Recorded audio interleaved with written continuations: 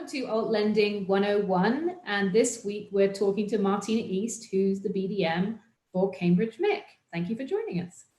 Thank you for having me. So we've had some crazy times this year with the pandemic, and I'm sure that it's changed businesses for a lot of people. Can you tell me the steps that you've had to take as an organization in terms of your process, things maybe that you've had to do just to keep business running smoothly? Yeah, it's definitely been an interesting year, kept us all on our toes. I think at the inception in March, we were all sort of scrambling in terms of what do we do. As a BDM, my role has changed significantly. So I went from being on the road consistently, traveling, going to see brokers, going to business meetings and functions, lunches, events. My role has changed dramatically. From an underwriting perspective, we got everybody set up so that our team can work remotely. There's absolutely no requirement for anyone in our office to actually physically be there. And then from a funding perspective, really nothing's had to change on that end. Our lawyers have been really fantastic in making sure that the clients are able to get in, to sign, to do everything that's necessary that way. And they've got all the social distancing protocols in place. And really, we rely so much now on technology where we didn't have to previously. My touch points with my broker clients are mostly via video or email. In terms of maybe brokers that haven't dealt with you before, haven't done business with you before, can you give us kind of a high-level view of the kind of business that you do, the niche that you lend in, things that you would consider kind of your sweet spot that you think brokers should know? You bet. So very first thing, we're a BC-based lender and our lending area is BC. So we'd love to deal with the rest of the country, but we're better experts at British Columbia than anything else. So our fund lends in that core. We lend right across the province. First or second position, we're primarily we are a private mortgage lender. So we deal with more unique situations and clients that have some sort of challenge that goes along with the file. A lot of what we do is giving clients currently either access to equity where they wouldn't be able to right now, or cleaning up some type of a situation for them. So you either see clients that are in a perpetual credit issue or clients that have a life event. Those are typically your private mortgage clients. And then on the other side of the coin, we have really great clients that need us for a short-term loan or something until they get to a situation where they can requalify on the A side. Our typical client, we do everything that a normal private would do. So we do all the really easy deals, and I'll talk more about what our niches are. So we do a lot of construction. That's something that we do a significant amount of. In addition, we do a lot of land loans. So that makes us a little bit different. And also we have a line of credit product. That revolving product has been quite popular, and it's something that's just a little bit different than some of the other mix out there. Perfect. So you're focused more on residential market as opposed to commercial market. And your residential market sounds as though it's not just urban, but if you're doing land and things like that, then it's definitely kind of the rural as well. Are there limitations in terms of the rural that you do? Definitely. I wouldn't say we're too keen on very remote or rural areas. So our lending area per se, the Lower Mainland, Vancouver Island, the interior of British Columbia, Kelowna, Vernon, Penticton, Kamloops, those are all great areas. We've done the occasional deal in Prince George and outlying areas, but I would say majority of our real estate is core Lower Mainland focused, but we do offer our product elsewhere. Okay, so that's touched on one of the other things that I wanted to ask you, which was really around things that you don't do. So if a broker has a particular type of mortgage that they're looking for, what are the things that you don't want to see?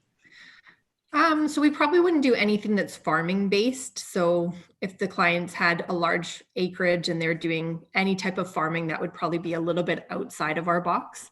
We can do some small commercial deals, but anything in excess of 5 million on the commercial side, we wouldn't look at. This has been a popular topic lately. So anything with the cannabis style business on it is not our cup of tea. So that's another one that we wouldn't necessarily touch. And anything that's a remediated grow up would be another hard stop for us. But outside of that, we can do non-serviced land. So what I mean by that is if it's like a building lot that the clients are looking at purchasing, but doesn't have any of the services in place, we can take a look at that. In addition, we've done a couple of land assemblies where people are putting together parcels of land, particularly in the Lower Mainland, to hold for future development. But there are not a lot of deals that we specifically don't want outside of what I mentioned to you. Yeah, but it sounds like some of the things that you do, though, they are definitely a little bit out of the ordinary in terms of the lending that you do. So give me, if you can, give me some examples of things maybe that successful deals that you've done recently that are kind of interesting or unique. And maybe Cambridge Make was the only private lender that could have done that kind of thing. Definitely. So we did build in Lake Country, BC. So that's just outside of Kelowna. It's a bit of a unique deal in that the clients were building a log home. They'd actually started the project and the fires had come through last year. And so they lost part of what they had built. It was a unique property overlooking the lake, just sort of down from Predator Ridge. So it had a couple of strikes against it. One, not a lot of lenders consider log buildings. Two, its location isn't ideal for every private lender.